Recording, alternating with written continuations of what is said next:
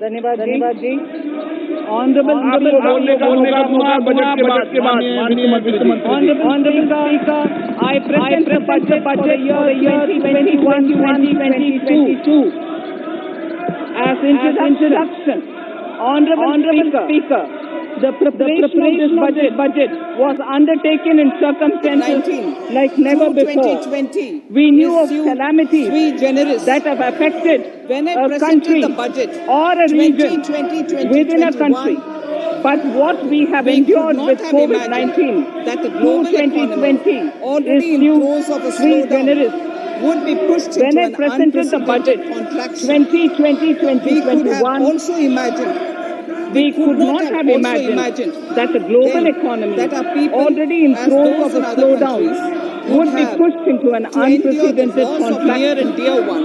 We could have also imagined, we could not have also imagined then that our people, as those in other countries, would have to endure the loss of near and dear ones and suffer hardship brought about due to a health crisis. The Prime Minister announced the risk of not having a lockdown was far too high. Within 48 hours of declaring a 3-week-long complete lockdown, the Prime Minister announced 48 hours of declaring a 3-week valued at 2.7 to 800 million people, free cooking gas for 80 million families for months, and cash directly to over 400 million farmers, women, elderly, the poor, and the needy. Even as a large section of citizens stayed home, milk, vegetables, fruit suppliers, health and sanitary workers, truck drivers, railways and public transport workers, bank employees, electricity workers, annadatas, police, firemen, and the armed forces all had to go about their work as normal, but with the additional anxiety of the virus hanging over them. We recognize this, and I think I speak on behalf of everybody in this august house when I express my heartfelt gratitude to these men and women for how they were able to carry out their work and duties to provide for the nation's basics over those crucial months. Speaker, sir, for public good, honorable members of parliament and members of legislative assemblies too offered their salaries. In May 2020, the government announced the Atmanirbhar Bharat package. To sustain the recovery further into the year, we also rolled out 2 more Atmanirbhar packages, 2 and 3. Total financial impact of all the Atmanirbhar Bharat packages, including measures taken by the RBI, was estimated to be about 27.1 lakh crores, which amounts to more than 13% of our GDP. As a government, we kept a watch on the situation and were proactive in our responses. The government, led by the Prime Minister, stretched its resources to deliver for most vulnerable sections of our society, the poorest of the poor, the Dalits, the tribals, the elderly, the migrant workers, and our children. The Pradhan Mantri Garib Kalyan Yojana, the 3 Atmanirbhar packages, and announcements made later were like 5 mini budgets in themselves. The Atmanirbhar packages accelerated our pace of structural reforms, redefinition of MSMEs, commercialization of the mining sector, agriculture and labor reforms, privatization of public sector undertakings, One Nation, One Ration Card, production-linked incentive schemes are some of the notable reforms carried out during this period. Faceless income tax assessment, DBT, and financial inclusion are the others. Today, India has 2 vaccines available and has begun medically safeguarding not only her own citizens against COVID-19, but also those of 100 or more countries. It is added comfort to know that 2 or more vaccines are also expected soon. Honorable Prime Minister launched the vaccination drive by crediting and thanking our scientists. We are ever grateful for the strength and rigor of their efforts. Having said that, we are all reminded time and again that our fight against COVID-19 continues into 2021. Now, just as it happened after the two world wars, there are signs that the political, economic, and strategic relations in the post-COVID world are changing. This moment in history is the dawn of a new era, one in which India is well poised to truly be the land of promise and hope. I borrow the words of Rabindranath Tagore. Faith is the bird that feels the light and sings when the dawn is still dark. Faith is the bird that feels the light and sings when the dawn is still dark. In this spirit, I can't help but recall the joy that we as cricket-loving nation felt after the Team India's recent spectacular success in Australia. It has reminded us of all the qualities that we as a people, particularly our youth, epitomize of having abundant promise and the unsuppressed thirst to perform and to succeed. Today, data shows that India now has one of the lowest death rate of 112 per million population and one of the lowest active cases of about 130 per million. This has laid the foundation to the revival we are seeing now in the economy. This budget will be the first of this new decade. This budget will also be a digital budget, and that has happened with all your support. So far, only 3 times has a budget followed a contraction in the economy. All such contractions earlier were as a result of situations typical to India. This time, the contraction in our economy is due to a global pandemic, just like in several other countries. Having said that, I want to confidently state that our government is fully prepared to support and facilitate the economy's reset. This budget provides every opportunity for our economy to raise and capture the pace that it needs for a sustainable growth. 2021 is the year of many important milestones for our history. I mention a few of these. It is the 75th year of independence, 60 years of Goa's accession to India, 50 years of the 1971 India-Pakistan War. It will be the year of the 8th census of independent India. It will also be India's turn at the BRICS presidency, the year for our Chandrayaan-3 mission, and the Haridwar Mahakumbh.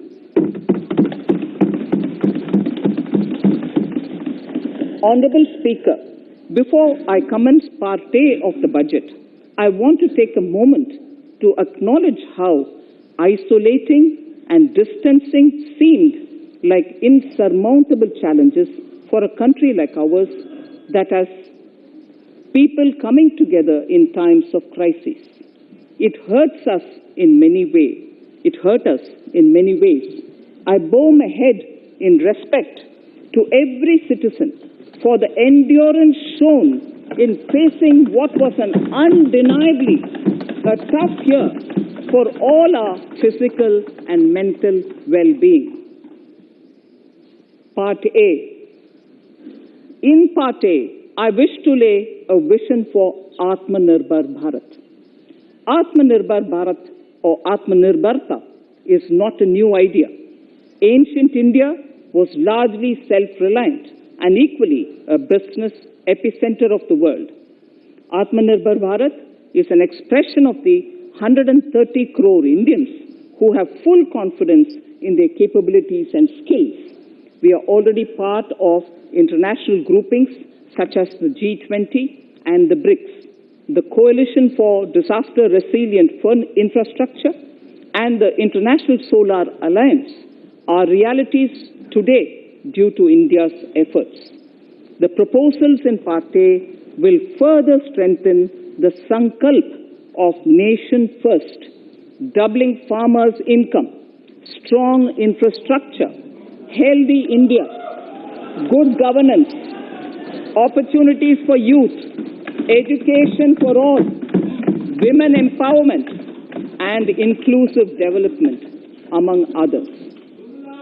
Additionally, also on the path to fast implementation are the 13 promises we had made in the budget of 2015-16, which were to materialize during the Amrit Mahotsav of 2022 on the 75th year of our independence. They too resonate with the vision of Atmanirbharta. The budget proposals for 21-22 rest on 6 pillars: health and well-being, physical and financial capital and infrastructure, inclusive development for aspirational India, reinvigorating human capital, innovation and R&D, and as 6th, minimum government and maximum governance. I now move to talking about the first pillar, health and well-being. Even at the outset, I would like to say that the investment on health infrastructure in this budget has increased substantially. Progressively, as institutions absorb more, we shall commit more. Taking a holistic approach to health, we focus on strengthening 3 areas: preventive, curative, and well-being. Health systems. A new centrally sponsored scheme, PM Atmanirbhar Swasth Bharat Yojana, will be launched with an outlay of about 64,180 crores over 6 years. This will develop capacities of primary, secondary, and tertiary care health systems, strengthen existing national institutions, and create new institutions to cater to detection and cure of new and emerging diseases. This will be in addition to the National Health Mission. The main interventions under the scheme are support for over 17,000 rural and 11,000 urban health and wellness centers, setting up integrated public health labs in all districts, and 3,382 block public health units in 11 states, establishing critical care hospital blocks in 602 districts and 12 central institutions, strengthening of National Center for Disease Control, its 5 regional branches and 20 metropolitan health surveillance units, expansion of the integrated health information portal to all states and UTs to connect all public health labs, operationalization of 17 new public health units, and strengthening of 33 existing public health units at points of entry, that is, at 32 airports, 11 seaports, and 7 land crossings, setting up of 15 health emergency operation centers and 2 mobile hospitals, and setting up of a National Institution for One Health, a regional research platform for WHO, World Health Organization, Southeast Asia Region Office, 9 biosafety level 3 laboratories, and 4 regional national institutes for virology. Nutrition. To strengthen nutritional content, delivery, outreach, and outcome, we will merge the Supplementary Nutrition Program and the Poshan Abhiyan and launch the Mission Poshan 2.0. We shall adopt an intensified strategy to improve nutritional outcomes across 112 aspirational districts. Universal coverage of water supply. The World Health Organization has repeatedly stressed the importance of clean water, sanitation, and clean environment as a prerequisite to achieving universal health. The Jal Jeevan Mission Urban will be launched. It aims at universal water supply in all 4,378 urban local bodies with 2.86 crores household tap connections, as well as liquid waste management in 500 Amrit cities. It will be implemented over 5 years with an outlay of 2,87,000 crores.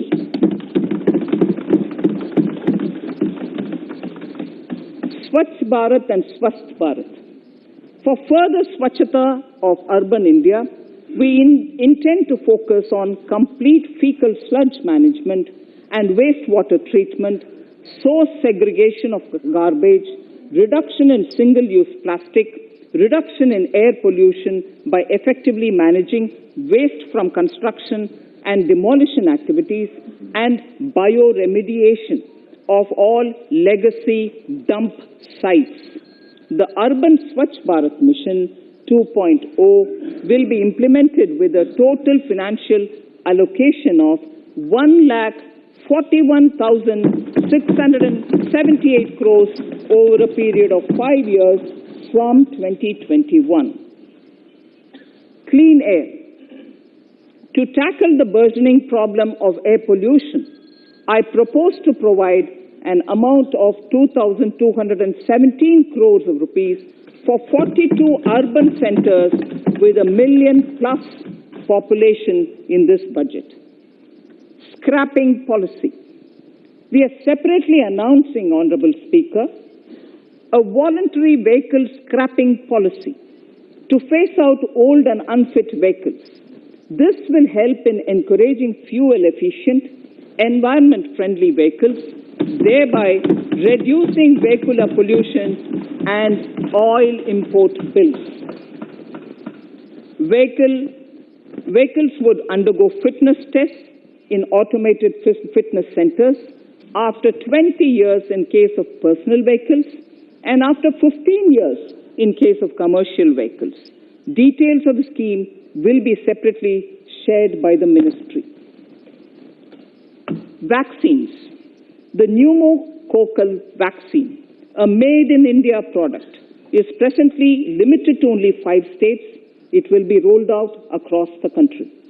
This will avert more than 50,000 child deaths annually. Honorable Speaker, I have provided 35,000 crores of rupees for COVID-19 vaccine in this year 21-22. I am committed to provide further funds if required. So the budget outlay for health and well-being is 2,23,846 crores in this BE 21-22 as against the BE of only 94,452 crores, and it marks an increase of 137%. The details of the same are at Annexure 1 of the speech. Honorable Speaker, I now move to the second pillar, physical and financial capital and infrastructure. Atmanirbhar Bharat, production-linked incentive schemes are things which I would like to place an emphasis. For a $5 trillion economy, our manufacturing sector has to grow in double digits on a sustained basis. Our manufacturing companies need to become an integral part of global supply chains, possess core competence and cutting-edge technology. To achieve all of the above, PLI schemes to create manufacturing global champions for an Atmanirbhar Bharat have been announced for 13 sectors.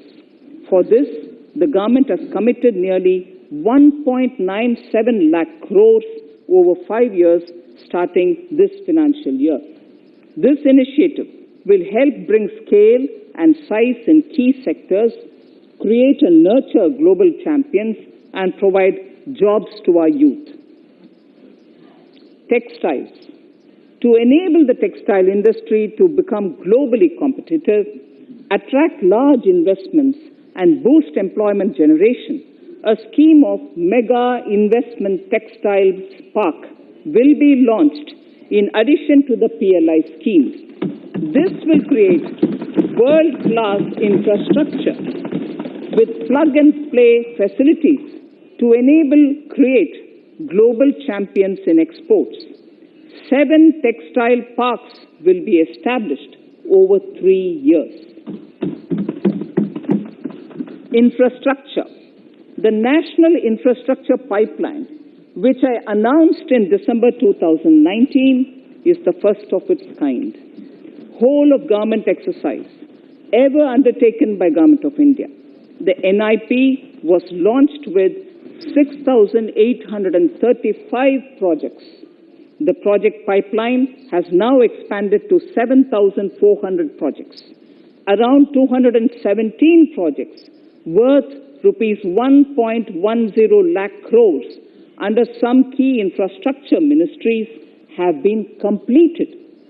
The NIP is a specific target which this government is committed to achieving over the coming years. It will require major increase in funding from both the government and the financial sector. In this budget, I propose to take concrete steps to do this in 3 ways. Firstly, by creating the institutional structures. Secondly, by a big thrust on monetizing assets. And thirdly, by enhancing the share of capital expenditure in central and state budgets. Infrastructure needs long-term debt financing. A professionally managed development financial institution is necessary to act as a provider, enabler, and catalyst for infrastructure financing. Accordingly, I shall introduce a bill to set up a development financial institution. I have provided a sum of 20,000 crore rupees to capitalize this institution. The ambition is to have a lending portfolio of at least 5 lakh crores for this DFI within 3 years' time.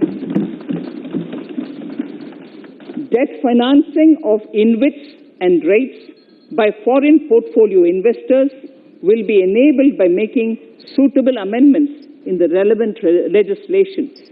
This will further ease access of finance to InvITs and rates, thus augmenting funds for infrastructure and real estate sectors.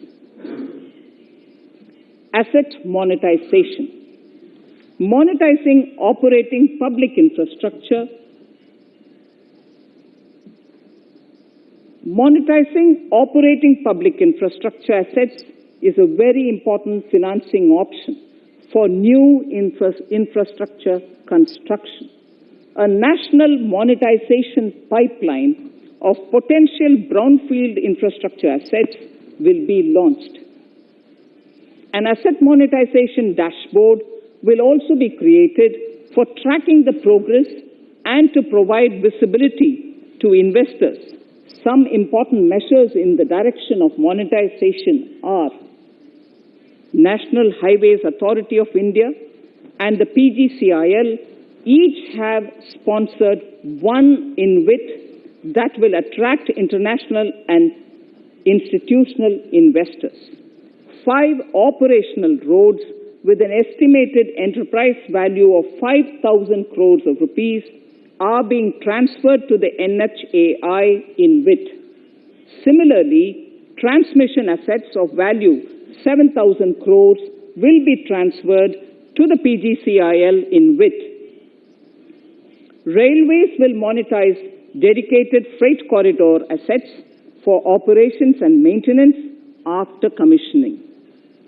A next lot of airports will be monetized for operations and management concessions.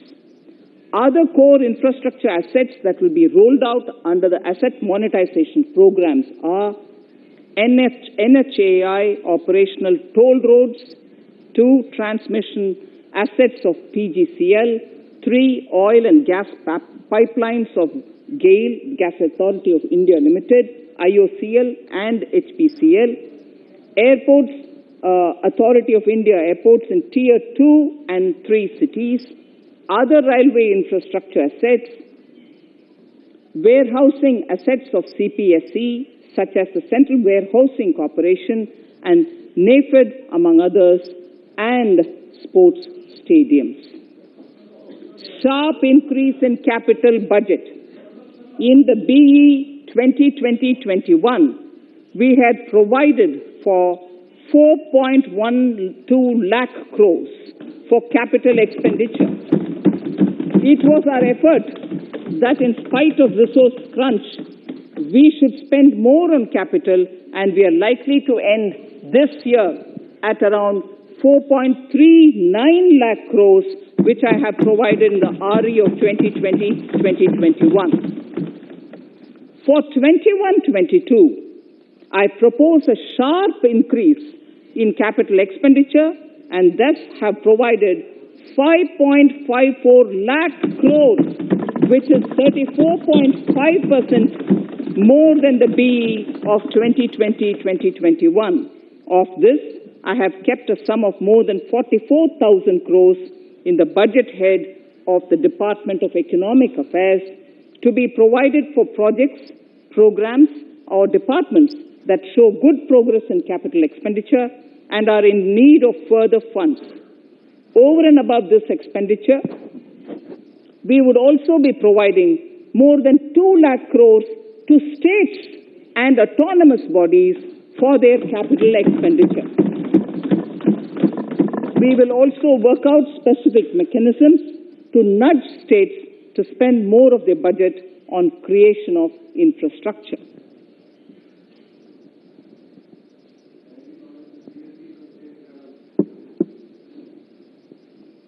Roads and highways infrastructure. More than 13,000 kilometer length of roads at a cost of 3.3 lakh crores has already been awarded under the 5.35 lakh crores Bharatmala Pariyojana project, of which 3,800 kilometers have been constructed. By March 2022, we would be awarding another 8,500 kilometers and complete an additional 11,000 kilometers of national highway corridors. To further augment road infrastructure, more economic corridors are also being planned. Some are 3,500 kilometers of national highway works in the state of Tamil Nadu at an investment of 1.03 lakh crores. These include Madurai-Kollam corridor, Chittoor-Tachur corridor, and construction will start next year. Second, 1,100 kilometers of national highway works in the state of Kerala at an investment of 65,000 crores, including 600 kilometer section of Mumbai-Kanyakumari corridor in Kerala. Third, 675 kilometer of highway works in the state of West Bengal at a cost of 25,000 crores, including upgradation of existing road Kolkata-Siliguri.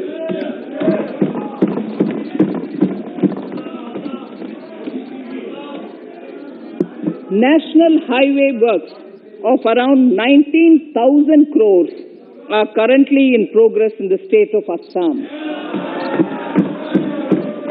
Further works of more than 34,000 crores covering more than 1,300 kilometers of national highways will be undertaken in the state in the coming 3 years.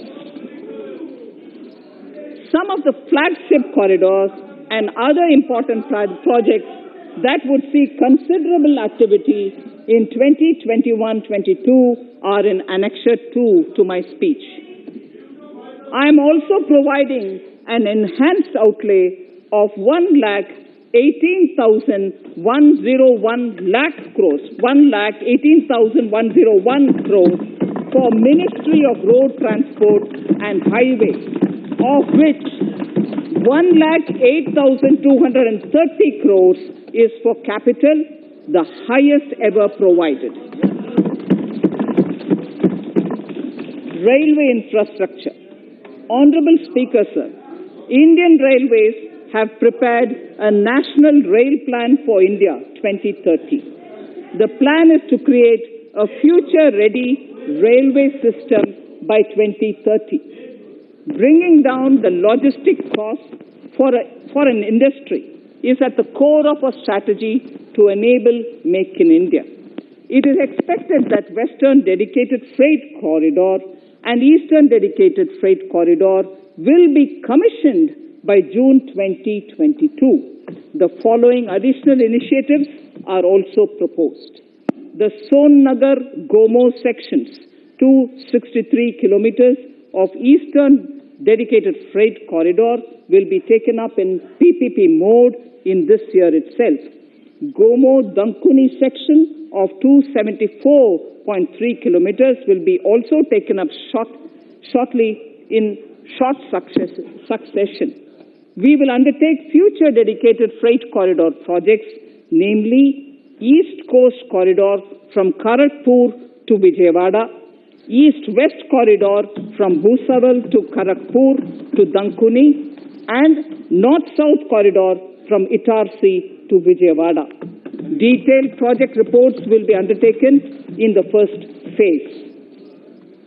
Broad gauge route kilometers, RKM as I referred to, electrified is expected to reach 46,000 kilometers, 46,000 RKM.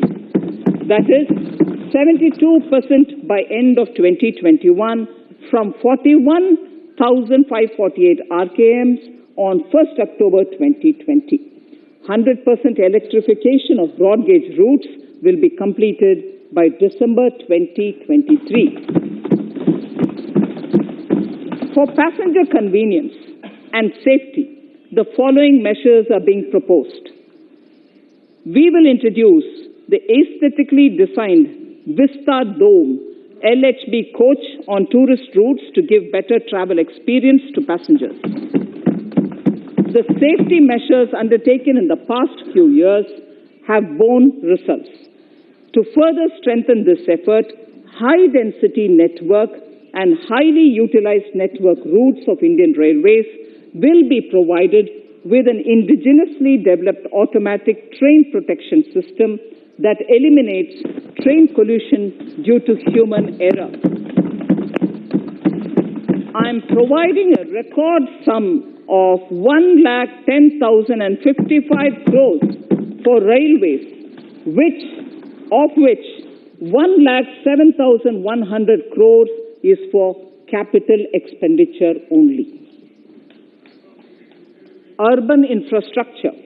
We will work towards raising the share of public transport in urban areas through expansion of metro rail networks and augmentation of city bus services. A new scheme will be launched at a cost of 18,000 crores to support augmentation of public bus transport services. The scheme will facilitate deployment of innovative PPP models to enable private sector players to finance, to acquire, to operate, and to maintain over 20,000 buses. The scheme will boost the automobile sector, provide fillip to economic growth, create employment opportunities for our youth, and enhance ease of mobility for urban residents. A total of 702 kilometers of conventional metro is operational, and another 1,016 kilometers of metro and RRTS is under construction in 27 cities. Two new technologies, that is Metro Light and Metro Neo, will be deployed to provide metro rail systems at much lesser cost, with same experience, convenience, and safety in Tier 2 cities and peripheral areas of Tier 1 cities also. Central counterpart funding will be provided to Kochi Metro Railway Phase 2 of 11.5 kilometer at a cost of 1,957.05 crores. Chennai Metro Railway Phase 2 of 118.9 kilometers at a cost of 63,246 crores. Bengaluru Metro Railway Project Phase 2A and 2B of 58.19 kilometers at a cost of 14,788 crores. Nagpur Metro Rail Project Phase 2 and Nashik Metro at a cost of 5,976 crores and 2,092 crores respectively. Power infrastructure.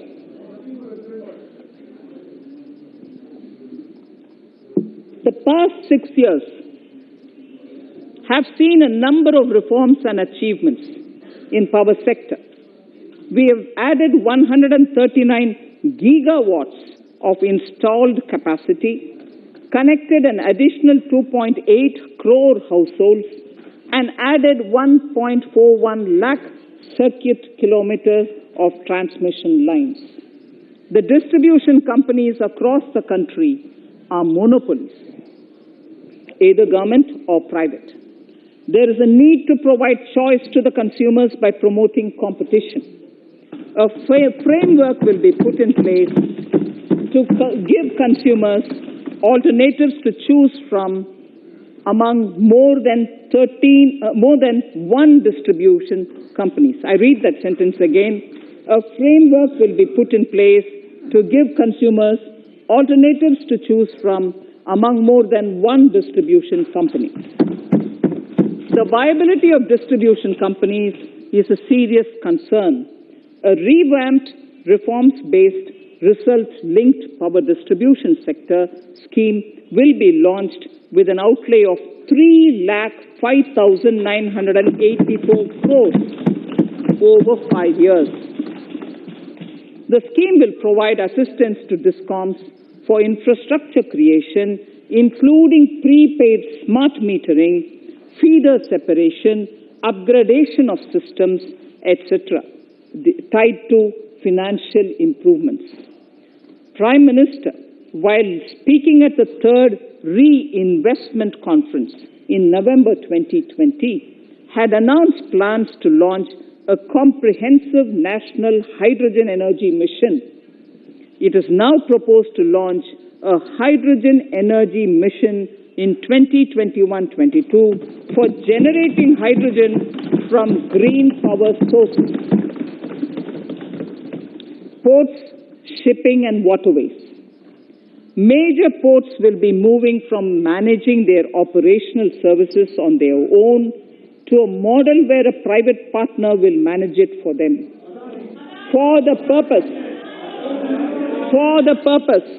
7 projects worth more than 2,000 crores will be offered by the major ports on private-public partnership mode in FY 21-22.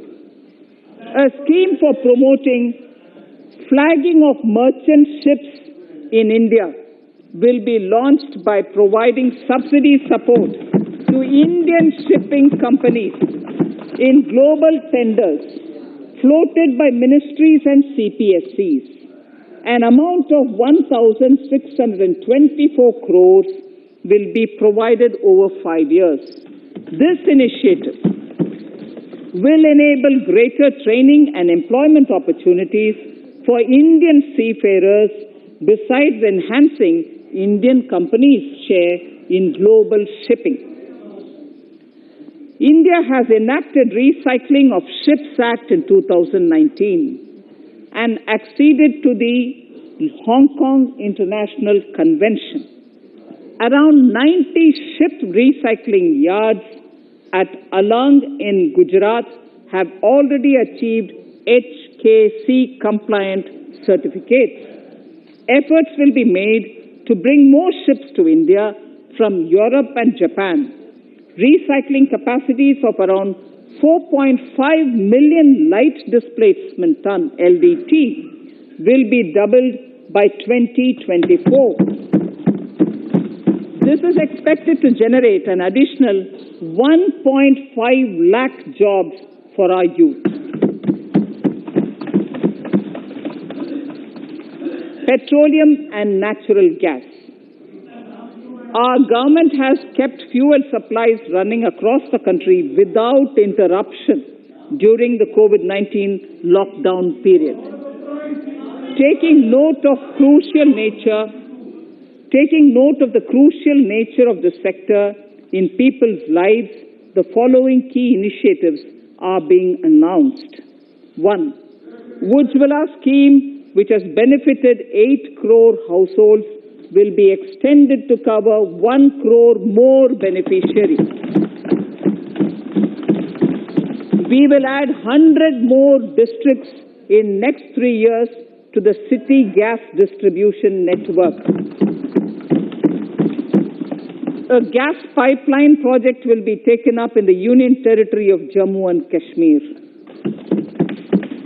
An independent gas transport system operator will be set up for facilitation and coordination of booking of common carrier capacity in all natural gas pipelines on a non-discriminatory open access basis. Financial capital.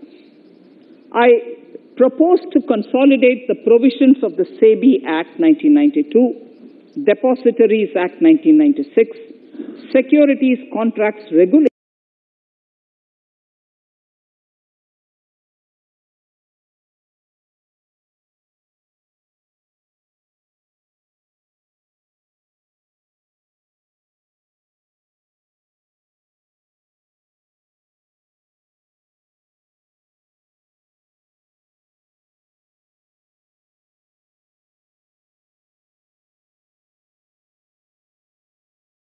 corporate bond market during times of stress and to generally enhance secondary market liquidity, it is proposed to create a permanent institutional framework.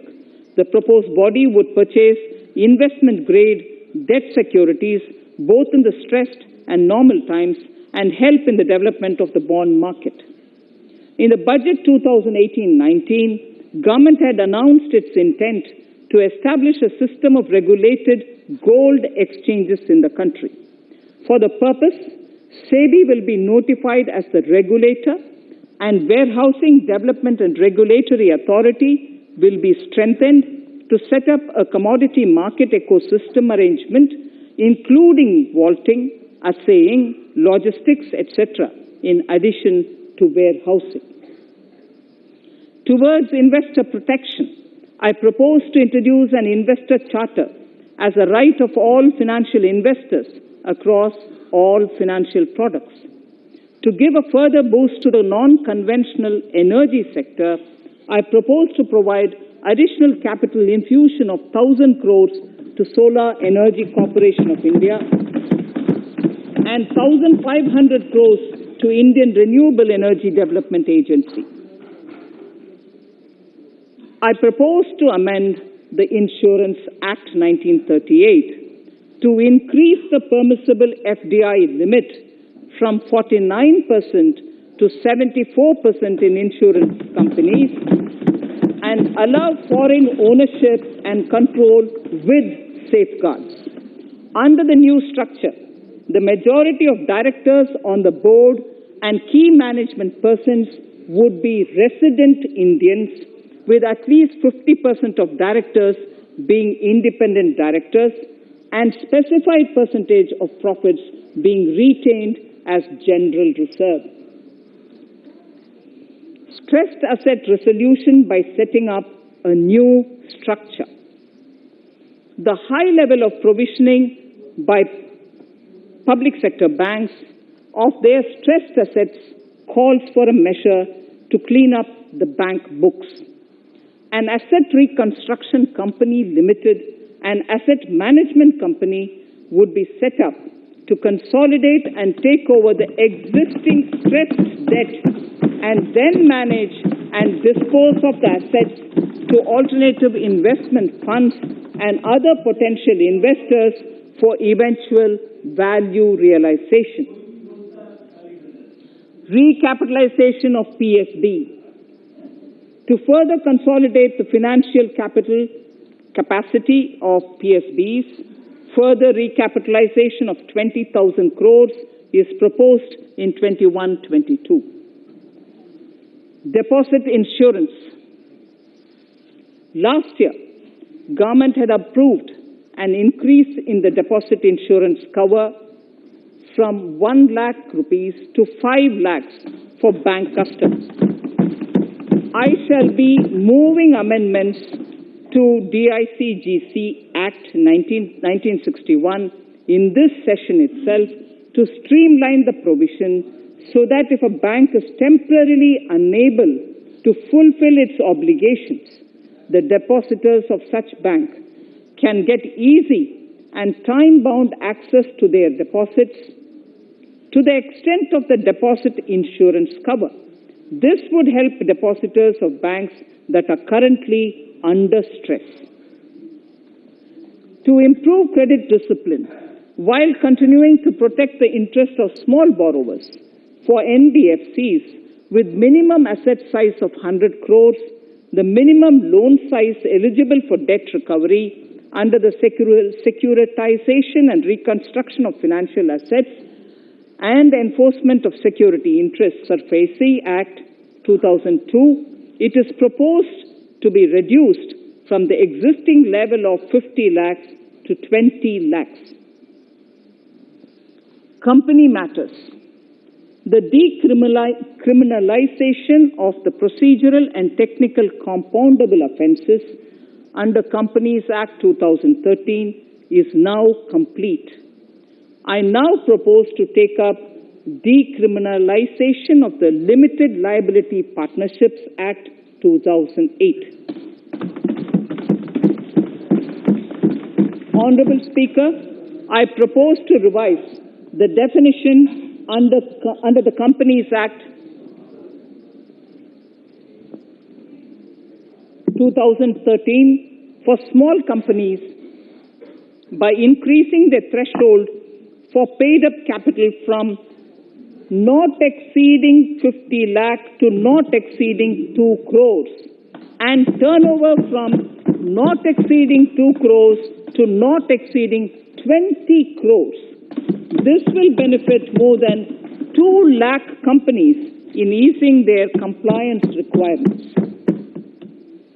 As a further measure which directly benefits startups and innovators, I propose to incentivize the incorporation of one-person companies by allowing one-person companies to grow without any restriction on paid-up capital and turnover, allowing their conversion into any other type of company at any time, reducing the residency limit for an Indian citizen to set up an one-person company from 182 days to 120 days, and allow also non-resident Indians to incorporate OPCs in India.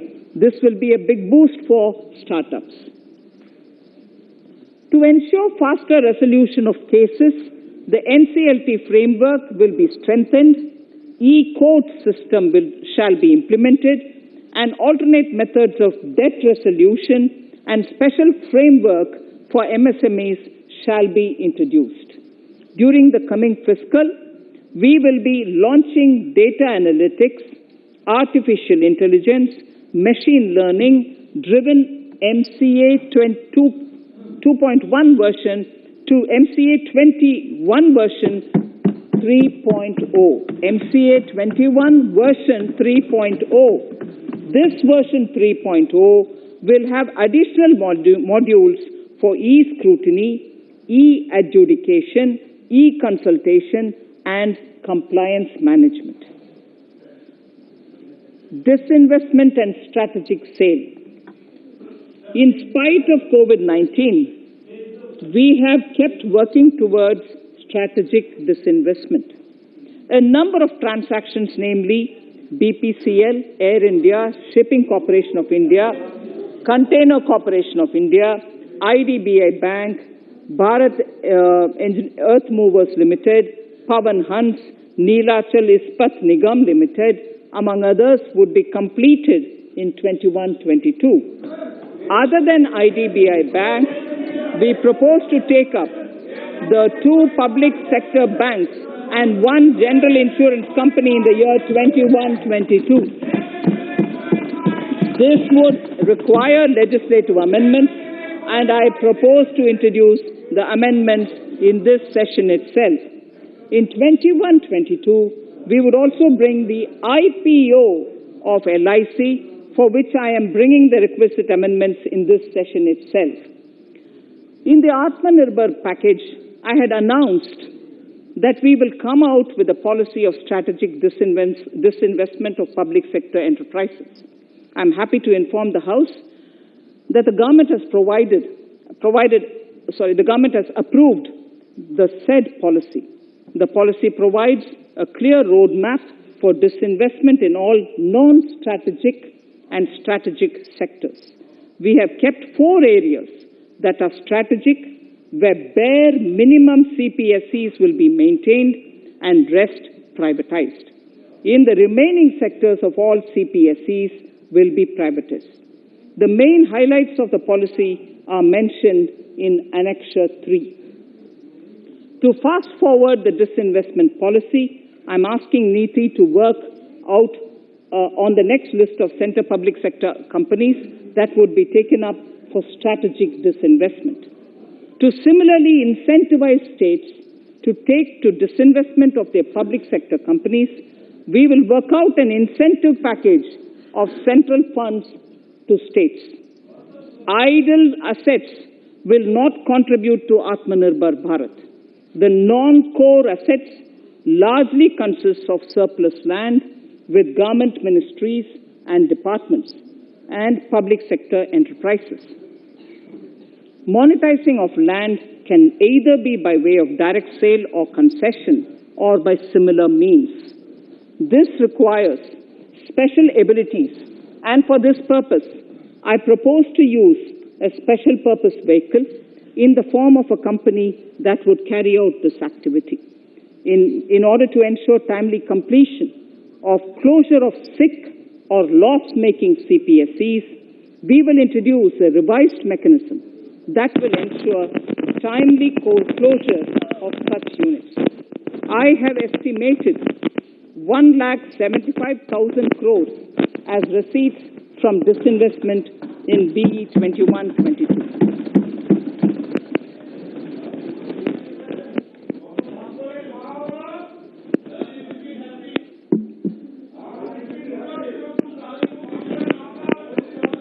Government financial reforms. Under the Treasury Single Account, the TSA system, autonomous bodies directly draw funds from the government's account at the time of actual expenditure, saving interest costs. We will extend the TSA system for universal application from 21-22. On the recommendation of the 15th Finance Commission, we have undertaken a detailed exercise to rationalize and bring down the number of centrally sponsored schemes. This will enable consolidation of outlays for better impact. The government is committed to the development of multi-state cooperatives and will provide all support to them. To further streamline the ease of doing business for cooperatives, I propose to set up a separate administrative structure for them. So the third pillar of Atmanirbhar Bharat, inclusive development for aspirational India. Honorable Speaker, sir, under this pillar, I will cover agriculture and allied sectors, farmers' welfare and rural India, migrant workers and labor, and financial inclusion. Agriculture. Our government is committed to the welfare of farmers. The MSP regime has undergone a sea change to assure price that is at least 1.5 times the cost of production across all commodities.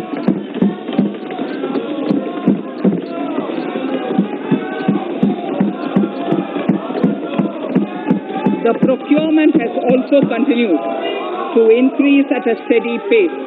This has resulted in increase in payment to farmers substantially. In case of wheat, a total amount paid to farmers in 2013-14. Honorable Speaker, sir, the data that I give now is important for all honorable members to kindly hear.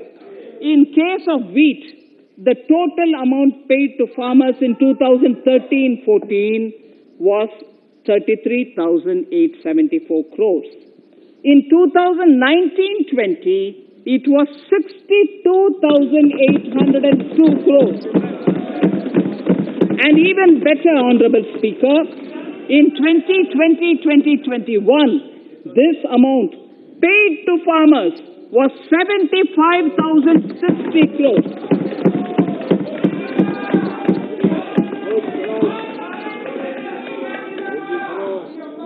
Honorable Speaker, again an important fact, the number of wheat-growing farmers that were benefited increased in 2020-21 to 43.36 lakhs compared to 35.57 lakhs in 2019-20. That much of an increase within 1 year. For paddy, again, an important data. For paddy, the amount paid in 2013-14 was 63,928 crores. In 2019-20, this increased to 1,41,930 crores. Even better, in 2020-2021,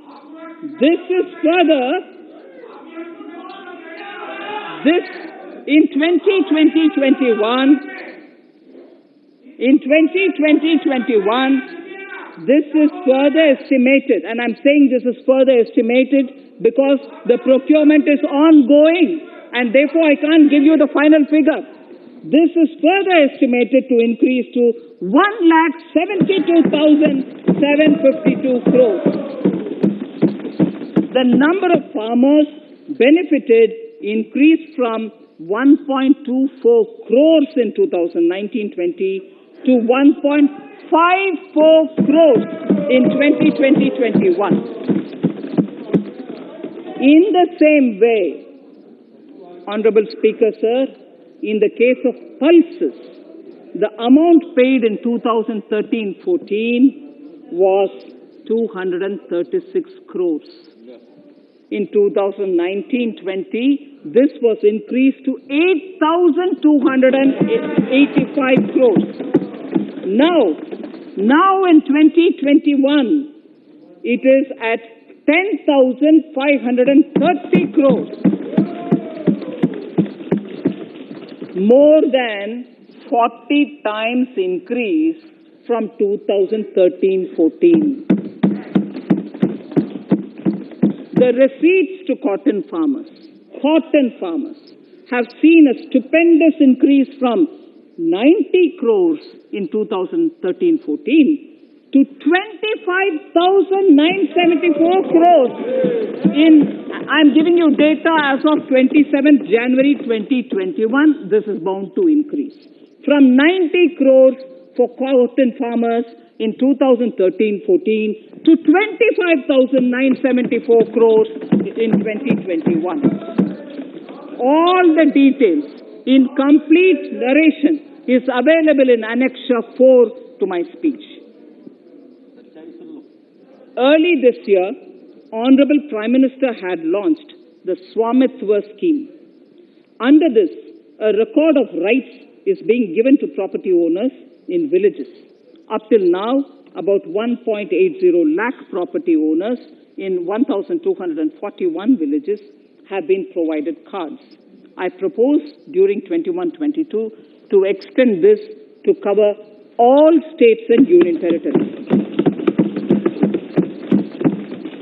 To provide adequate credit to our farmers, I have enhanced the agricultural credit target to 16.5 lakh crores in this year.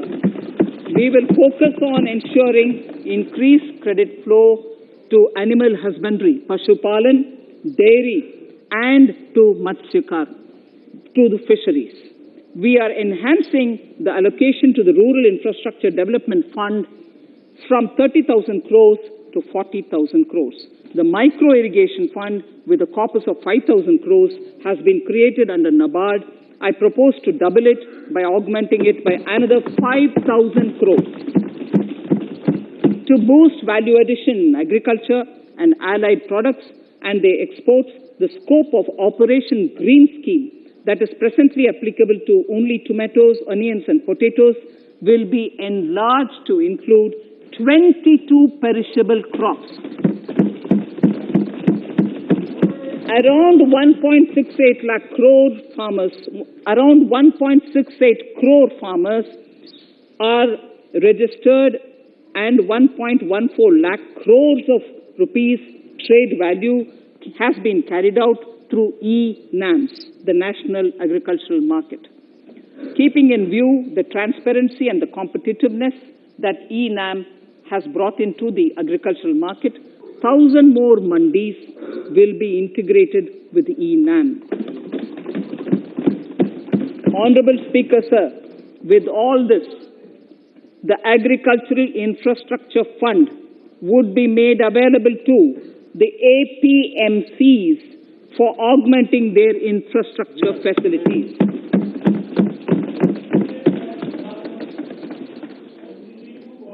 Fisheries.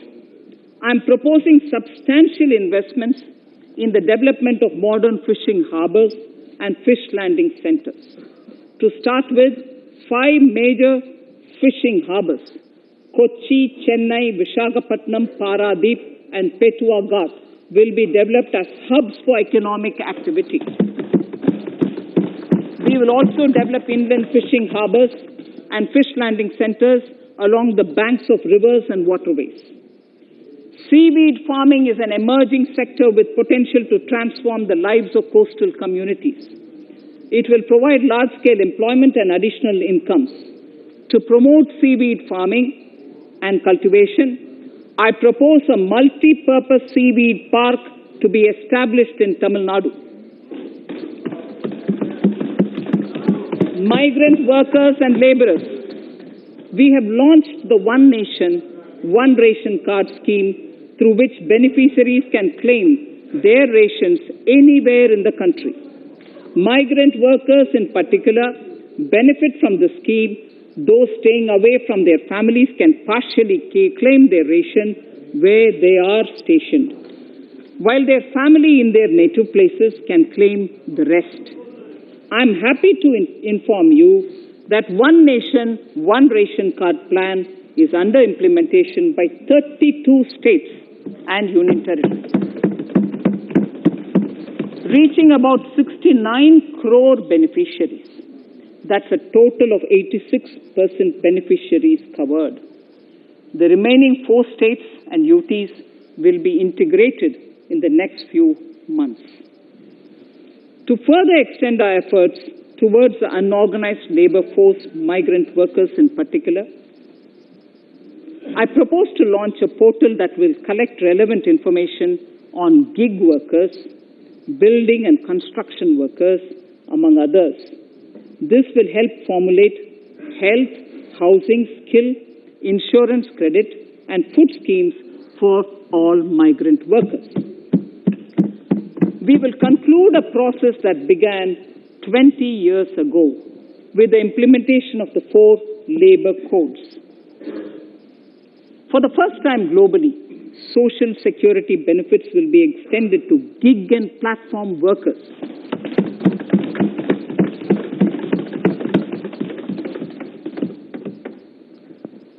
Minimum wages will apply to all categories of workers, and they will all be covered by the Employees State Insurance Corporation. Women will be allowed to work in all categories and also in the night shifts with adequate protection. At the same time, compliance burden on employers will be reduced with a single registration and licensing and online returns. Financial inclusion.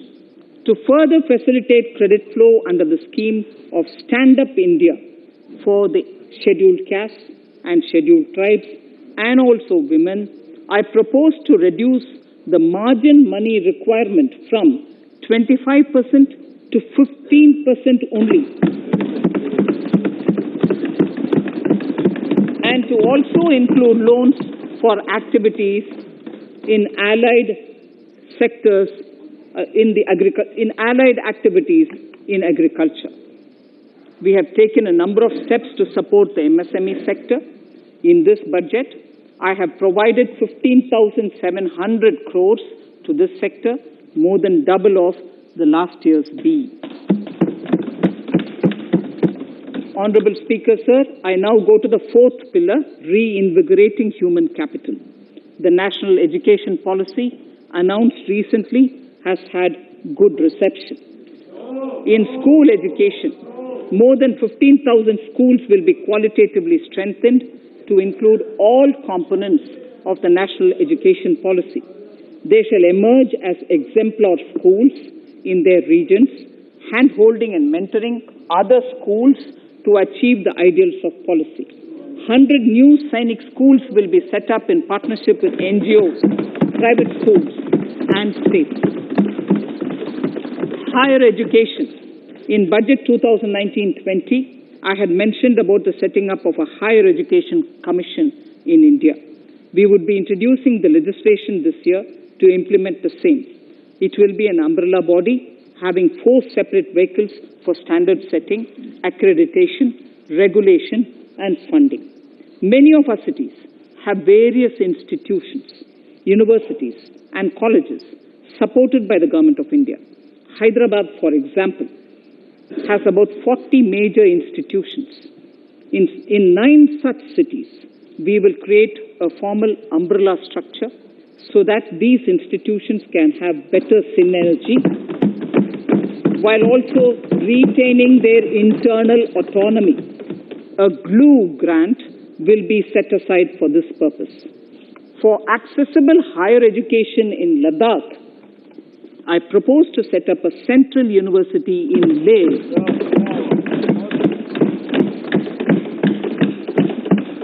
The other important projects to be taken up as a part of the NEP are listed in Annexure 5. Scheduled caste and scheduled tribes welfare. We have set ourselves a target of establishing 750 Eklavya model residential schools in our tribal areas. I propose to increase the unit cost of each such school from 20 crores, which is what it is now, to 38 crores, and for hilly and difficult areas to 48 crores. This would help creating robust infrastructure facilities for our tribal students. We have revamped the post-metric scholarship scheme for the welfare of scheduled caste students. I have also enhanced the central assistance in this regard. We are allotting 35,219 crores for 6 years till 25-26 to benefit 4 crores scheduled caste students. Skilling. In 2016, we had launched the National Apprenticeship Promotion Scheme. The government proposes to amend the Apprenticeship Act with a view to further enhancing apprenticeship opportunities for our youth. We will realign the existing scheme of National Apprenticeship Training Scheme for providing post-education apprenticeship training of graduates and diploma holders in engineering. Over 3,000 crores will be provided for this purpose.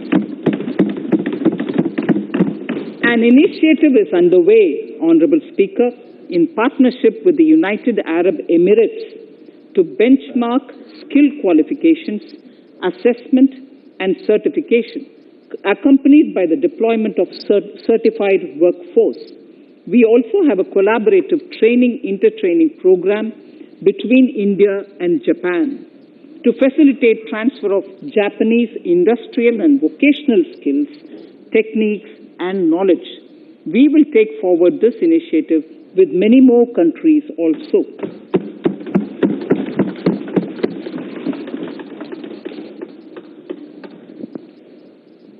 Innovation and R&D. In my budget speech of 2019, I had announced the National Research Foundation. We have now worked out the modalities, and the NRF outlay will be of 50,000 crores over 5 years. It will ensure that the overall research ecosystem in the country is strengthened with focus on identified national priority thrust areas. There has been a manifold increase in digital payments in the recent past. To give a further boost to digital transactions, I earmarked 1,500 crores for a proposed scheme that will provide financial incentive to promote digital mode of payment. We will undertake a new initiative, National Language Translation Mission. This will enable the wealth of governance and policy-related knowledge on the Internet being made available in major Indian languages.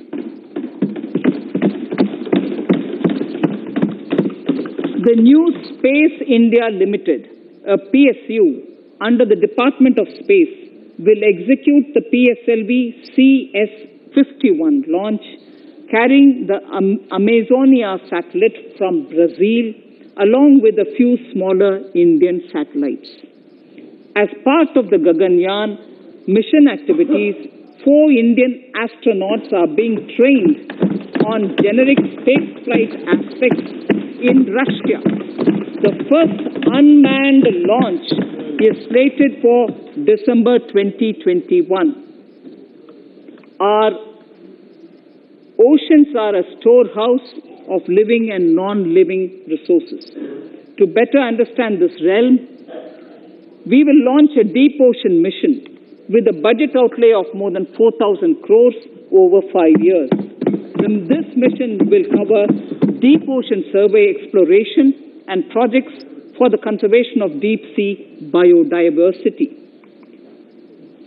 I come to the 6th pillar, Honorable Speaker, minimum government, maximum governance. Honorable Speaker, sir, this is the last of the 6 pillars. This will outline plans for reforms in one of our core principles of minimum government, maximum governance. We have taken a number of steps to bring reforms in tribunals in the last few years for speedy delivery of justice. Continuing with the reforms process, I now propose to take further measures to rationalize the functioning of tribunals. We have introduced the National Commission for Allied Healthcare Professionals Bill in Parliament. National Commission for Allied Healthcare Professionals Bill in the Parliament, with a view to ensure transparent and efficient regulation of 56 allied healthcare professionals. Additionally, to bring about transparency, efficiency, and governance reforms in the nursing profession, the National Nursing and Midwifery Commission Bill will be introduced by the government for passing. To have ease of doing business for those who deal with government or CPSEs and carry out contracts, I propose to set up a conciliation mechanism and mandate its use for quick resolution of contractual disputes. This will instill confidence in private investors and contractors. Honorable Speaker, sir, the forthcoming census could be the first digital census in the history of India.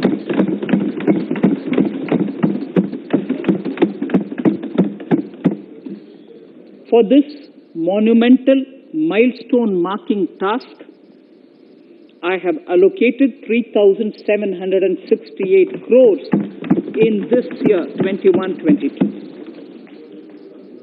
Honorable Speaker, Goa is celebrating the Diamond Jubilee year of the state's liberation from Portuguese rule.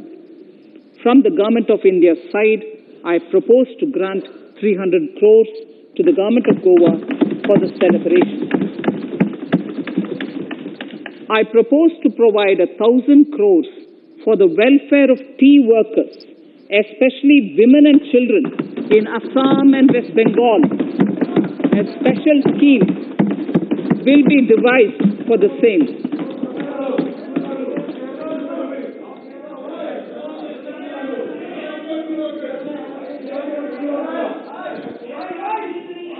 Fiscal position.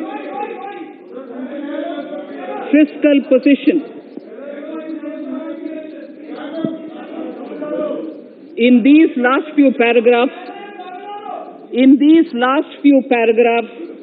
of part A of my speech, I draw the attention of this august House to the fact that at the beginning of the current financial year, the pandemic's impact on the economy resulted in a weak revenue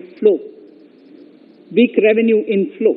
This was combined with high expenditure to provide essential relief to vulnerable sections of the society, especially the poor, the women, scheduled castes, and scheduled tribes. Unlike many other countries, we opted for a series of medium-sized packages during the pandemic so that we could calibrate and target our response according to the evolving situation. Once the health situation stabilized and the lockdown was being slowly lifted, we switched to ramping up government spending so as to revive domestic demand. As a result, against an original BE expenditure of 30.42 lakh crores for 2020-21, our RE estimates are 34.50 lakhs. 30.42 now within the year going up to 34.5 lakh crores. We have maintained quality of expenditure. The capital expenditure estimated in the RE is 4.39 lakh crores as against 4.12 lakh crores in the BE stage. So the beginning of the year, we had marked only 4.12 lakh, whereas it is 4.39 lakh crores as we end the year. Fiscal deficit in RE 2020-2021 is pegged at 9.5% of the GDP. Fiscal deficit in RE 2020-2021 is pegged at 9.5% of GDP. We have funded this through government borrowings, multilateral borrowings, small saving funds, and short-term borrowings. We would need another 80,000 crores, for which we would be approaching the market in these 2 months. We would be needing another 80,000 crores, for which we would be approaching the markets in these 2 months. To ensure that the economy is given the required push, our BE estimates for expenditure in 21-22 are 34.83 lakh crores. This includes 5.54 lakh crores as capital expenditure, an increase of 34.5% over the BE figure of 2020-2021. The fiscal deficit in BE 21-22 is estimated to be 6.8% of the GDP. The gross borrowing from the market for the next year would be around 12 lakh crores. We plan to continue with our path of fiscal consolidation and intend to reach the fiscal deficit level below 4.5% of the GDP by 2025-2026, with a fairly steady decline over the period. We hope to achieve the consolidation by first increasing the buoyancy of tax revenue through improved compliance, and secondly, by increased receipts from monetization of assets, including public sector enterprises and land. The Contingency Fund of India is being proposed to be augmented. The Contingency Fund of India is being proposed to be augmented from 500 crores to 30,000 crores through finance bill. In accordance with the views of the 15th Finance Commission, we are allowing a normal ceiling of net borrowing for the states at 4% of GSDP for the year 21-22. A portion of this ceiling will be earmarked to be spent on incremental capital expenditure. Additional borrowing ceiling of 0.5% of the GSDP will also be provided subject to conditions. States will be expected to reach a fiscal deficit of 3% of GSDP by 2023-24 as recommended by the 15th Finance Commission. In the July 2019-20 budget, I introduced the Statement 27 on extra budgetary resources. It disclosed the borrowings of the government agencies that went towards funding Government of India schemes and whose repayment burden was on the government. In my 2020-21 budget, I enhanced the scope and coverage of that statement by including the loans provided by government to the FCI, the Food Corporation of India.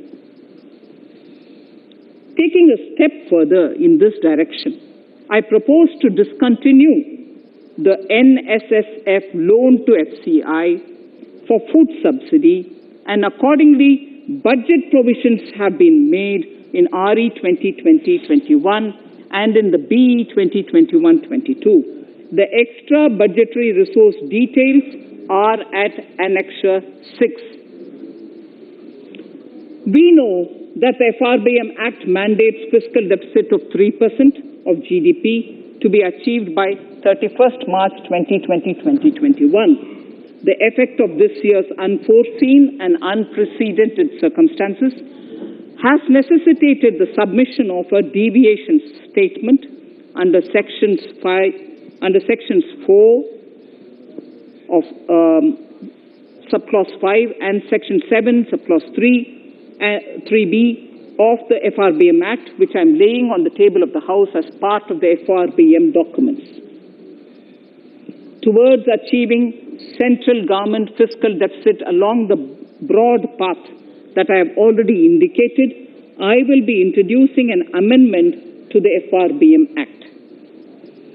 Honorable Speaker, on the 9th of December 2020, the 15th Finance Commission submitted its final report covering the period 2021 to 2026 to the Rashtrapati Ji.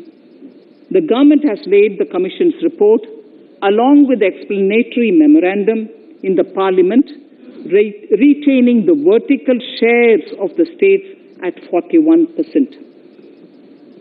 We recognize our commitment to fiscal federalism and propose, therefore, to adhere to this recommendation. Jammu and Kashmir in the 14th Finance Commission was entitled to get devolution being a state. Now the funds of the UTs of Jammu Kashmir and Ladakh would be provided by the centre. I have also provided on the Commission's recommendation 1,18,452 crores as revenue deficit grant to 17 states in 21-22 as against 74,340 crores to 14 states in 2020-21. Honorable Speaker, I would now move to Part B of my speech.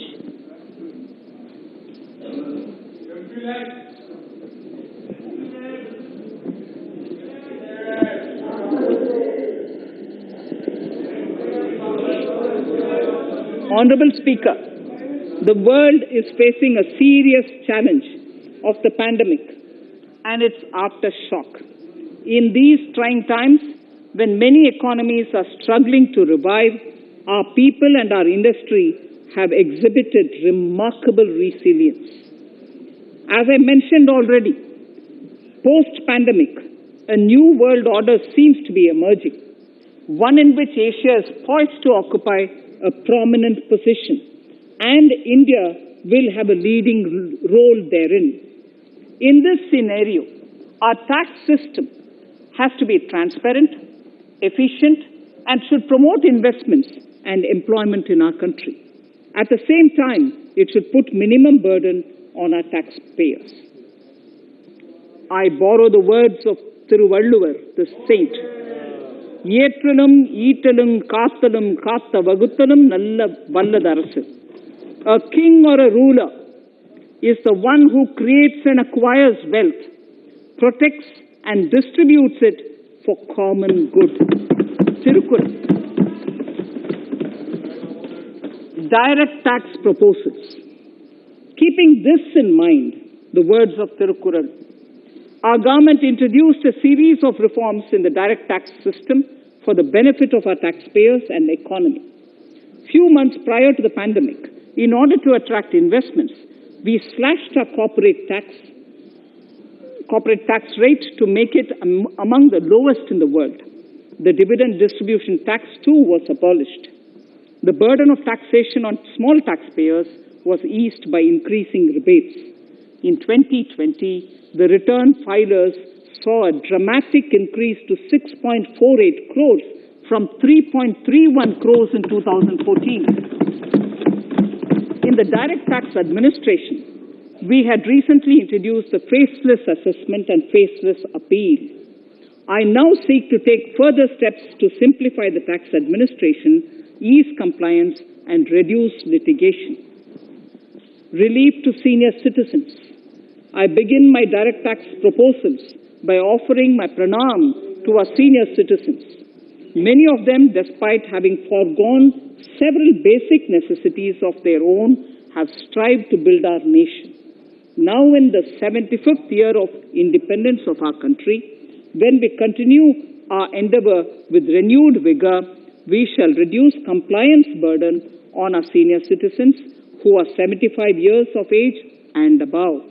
For senior citizens who only have pension and interest income, I propose exemption from filing their income tax returns.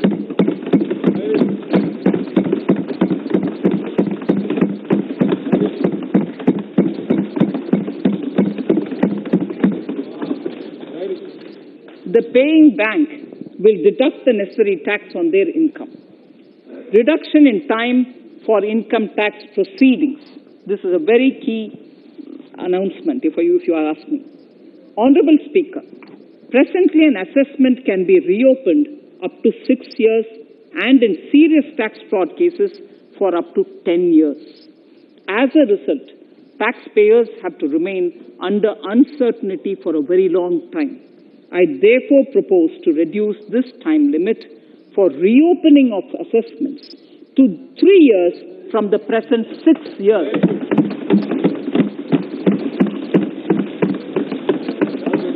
In serious tax evasion cases too, only where there is evidence of concealment of income of 50 lakh or more in a year.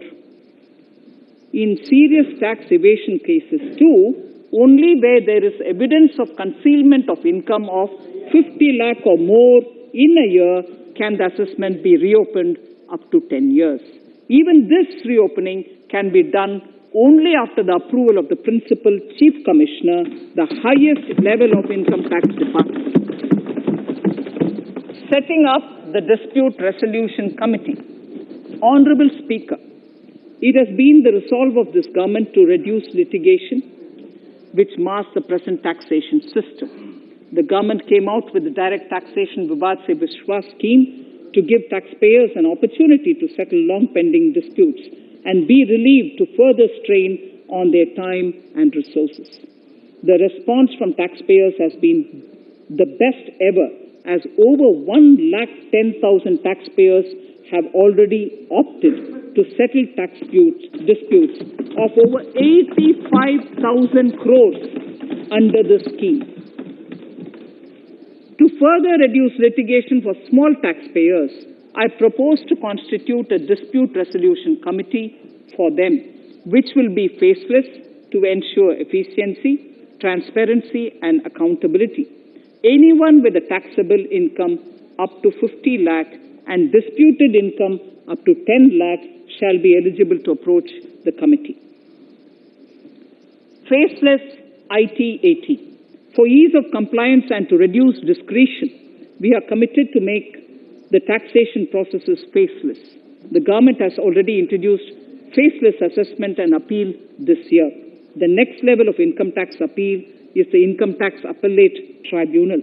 I now propose to make this tribunal faceless. We shall establish a national faceless Income Tax Appellate Tribunal Center. All communication between the tribunal and the appellant shall be electronic. Where personal hearing is needed, it shall be done through video conferencing. Relaxations to NRI. When non-resident Indians return to India, they have issues with respect to their accrued incomes in their foreign retirement accounts. This is usually due to mismatch in taxation period. They also face difficulties in getting credit for Indian taxes in foreign jurisdictions. I propose to notify rules for removing their hardship of double taxation. Exemption from audit. Currently, if your turnover exceeds 1 crore, you have to get your accounts audited. In February 2020 budget, I had increased the limit for tax audit to 5 crores for those who carry out 95% of their transactions digitally. To further incentivize digital transactions and to reduce compliance burden, I propose to increase this limit for tax audit for such persons from 5 crores to 10 crores. Relief for dividend. In the previous budget, I had abolished the dividend distribution tax in order to incentivize investment. Dividend was made taxable in the hands of shareholders. Now, in order to provide ease of compliance, I propose to make dividend payment to rate and InvIT exempt from TDS. Further, as the amount of dividend income cannot be estimated correctly by the shareholders for paying advance tax, I propose to provide that advance tax liability on dividend income shall arise only after the declaration or payment of dividend. Also, for the foreign portfolio investors, I propose to enable deduction of tax on dividend income at lower treaty rate. Attracting foreign investment into infrastructure sector. In the last budget, for attracting foreign investment in the infrastructure sector, we had granted 100% tax exemption, subject to certain conditions, to foreign sovereign wealth funds and pension funds on their income from investment in Indian infrastructure. We have noticed that few of such funds are facing difficulties in meeting some of the conditions. In order to ensure that a large number of funds invest in India, I propose to relax some of these conditions relating to prohibition on private funding, restriction on commercial activities, and direct investment in infrastructure. In order to allow funding of infrastructure by issue of zero-coupon bonds, I propose to make notified infrastructure debt funds eligible to raise funds by issuing tax-efficient zero-coupon bonds. Affordable housing. Affordable housing and rental housing. This government sees housing for all and affordable housing as priority areas. In July 2019 budget, I provided an additional deduction of interest amounting to 1.5 lakh for loan taken to purchase an affordable house. I propose to extend the eligibility of this condition by 1 more year to 31st March 2022. The additional deduction of 1.5 lakh shall therefore be available for loans taken up to 31st March 2022 for the purchase of affordable houses. Further, to keep up the supply of affordable houses, I propose that the affordable housing projects can avail a tax holiday for 1 more year till 31st March 2022. These are available now for projects also. We are committed to promote supply of affordable rental housing for migrant workers. For this, I propose to allow tax exemption for notified affordable rental housing projects. Tax incentives to IFSC. As I mentioned in Part A of this speech, the government is committed to making the International Financial Services Center in GIFT City a global financial hub. In addition to the tax incentives already provided, I propose to include, among others, tax holiday for capital gains for aircraft leasing companies, tax exemption for aircraft lease rentals paid to foreign lessors, tax incentive for relocating foreign funds in the IFSC, and to allow tax exemption to the investment division of foreign banks located in the IFSC. Pre-filling of returns. Honorable Speaker, in order to ease compliance for the taxpayer, details of salary income, tax payments, TDS, etc., already come pre-filled in income tax returns. To further ease filing of returns, details of capital gains from listed securities, dividend income, and interest from banks, post office, etc., will also be now pre-filled. Relief to small trusts. We hope to reduce compliance burden on small charitable trusts running educational institutions and hospitals. So far, there is a blanket exemption to such entities whose annual receipt does not exceed 1 crore of rupees. I now propose to increase this amount to 5 crores.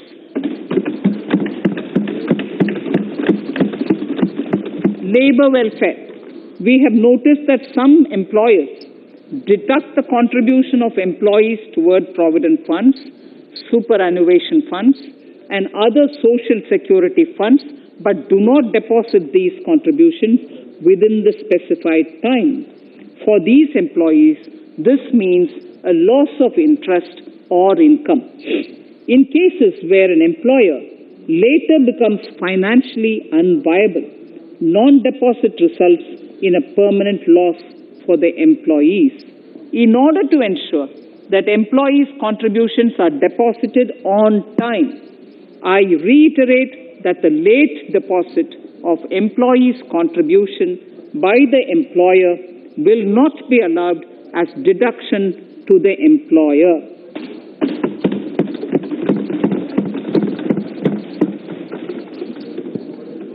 Incentives for startups. In order to incentivize startups in the country, I propose to extend the eligibility for claiming tax holiday for startups by 1 more year, till 31st March 2022. Further, in order to incentivize funding for the startups, I propose to extend the capital gains exemption for investment in startups by 1 more year till 31st March 2022. Sir, I now come to Indirect Tax Proposals, GST. Before I come to my Indirect Tax Proposals, I would like to appraise the House on GST. The GST is now 4 years old, and we have taken several measures to further simplify it. Some of the measures include nil return through SMS, quarterly return and monthly payment for small taxpayers, electronic invoice system, validated input tax statements, pre-filled editable GST return, and staggering of returns filing. The capacity of GST and system has also been enhanced. We have also deployed deep analytics and artificial intelligence to identify tax evaders and fake billers and launched special drives against them. The results speak for themselves. We have made record collections in the last few months. The GST Council has painstakingly thrashed out thorny issues. As chairperson to the Council, I want to assure this House that we shall take every possible measure to smoothen the GST further and to remove anomalies such as inverted duty structure. Custom duty rationalization. Our custom duty policy should have the twin objective of promoting domestic manufacturing and helping India get on to global value chain and export better. The thrust now has to be on easy access to raw materials and exports of value-added products. Towards this, last year, we started overhauling the customs duty structure, eliminating 80 outdated exemptions. I also thank everyone who responded overwhelmingly to a crowdsourcing call for suggestions on this revamp. I now propose to review more than 400 old exemptions this year. I repeat, I now propose to review more than 400 old exemptions this year. We will conduct this through extensive consultations, and from 1st October 2021, we will put in place a revised customs duty structure free of distortions.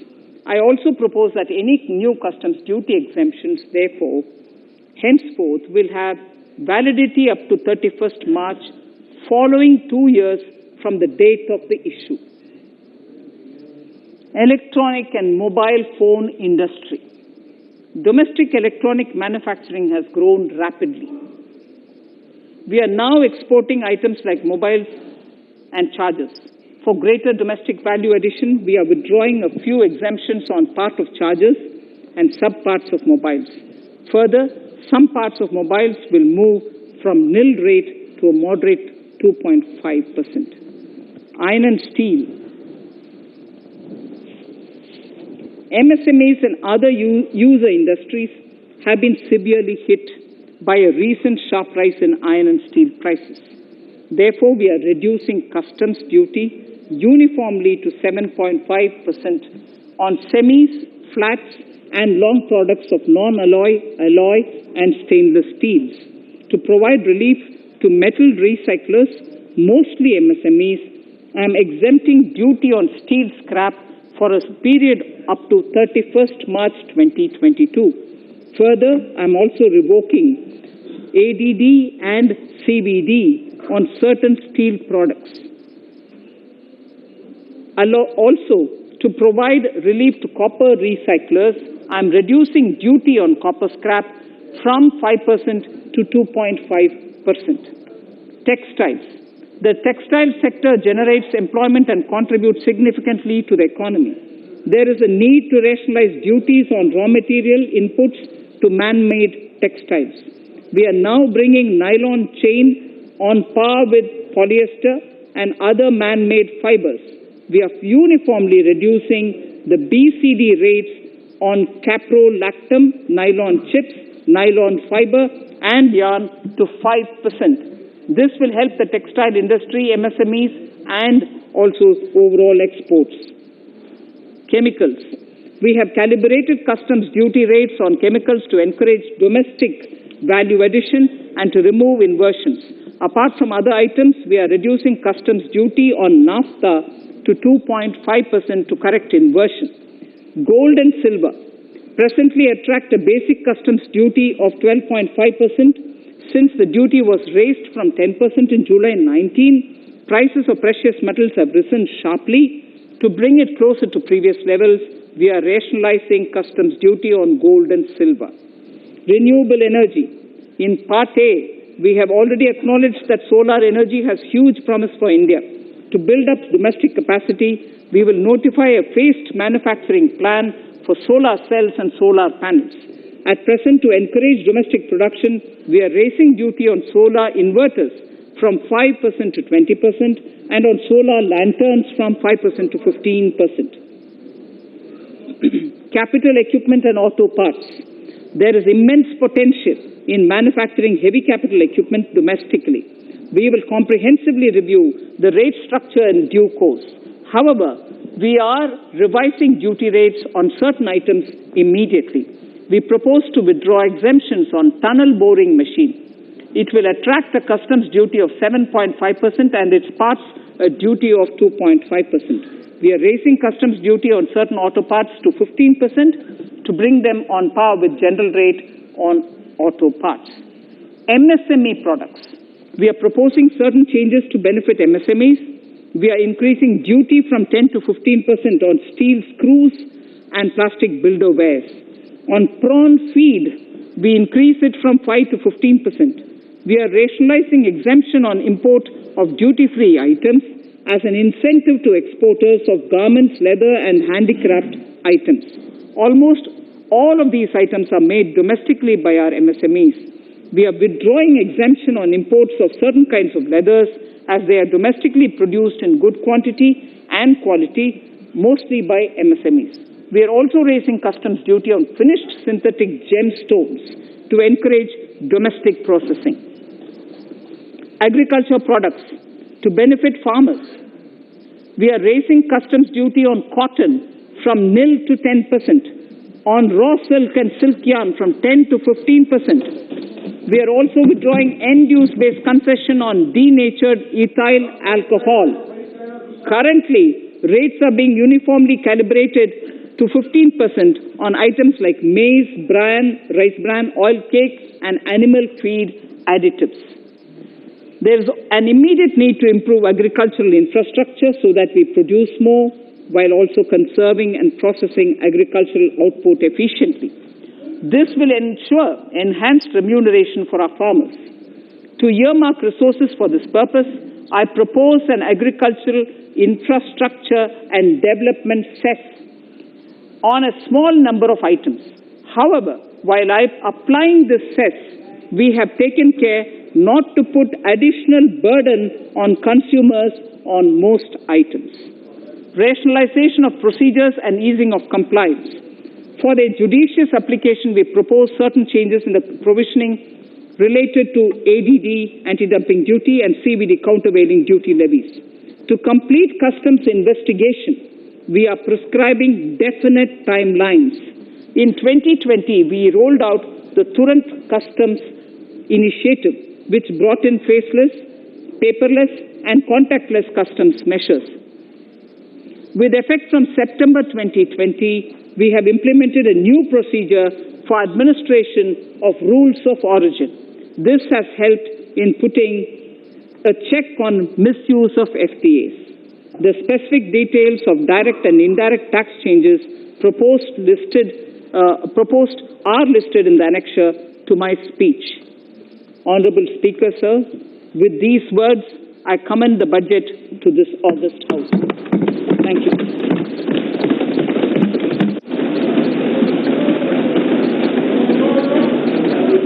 Item number 1. Manya Mantri ji, item number 1. Sorry, I don't have it with me. Sir, I wish to place on table the 15th Finance Commission report.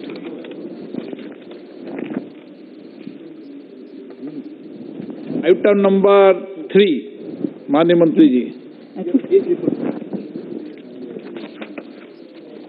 Sir, I wish to lay on the table the following statements under Section 3(1) of the Fiscal Responsibility and Budget Management Act 2003, the medium-term fiscal policy cum fiscal policy strategy statement and macroeconomic framework statement.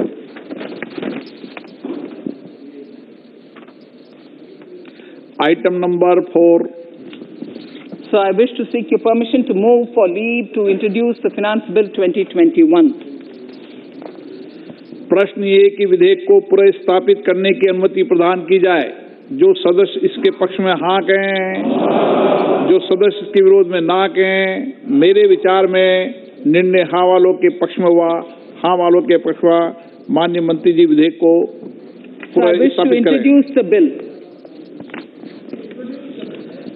Shri Prahlad Joshi ji, with your permission, I rise to present the 18th report of Business Advisory Committee. माननीय सदस्यगण, माननीय वित्त मंत्री जी के budget भाषण की प्रतियां प्रकाशक फलक पर उपलब्ध है। सदस्य अपनी प्रति प्रकाशन फलक से प्राप्त कर सकते हैं। माननीय सदस्यगण, जैसा कि आपको समाचार 2 के माध्यम से पहले सूचित किया जा चुका है कि बजट की प्रतियां आपको मेंबर्स पोर्टल के माध्यम से उपलब्ध कराई जा रही है।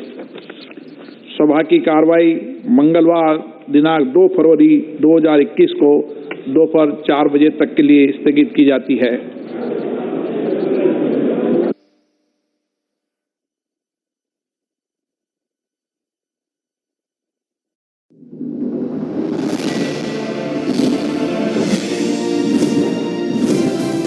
आप देख रहे हैं डीडी नेशनल, इंडिया का अपना चैनल।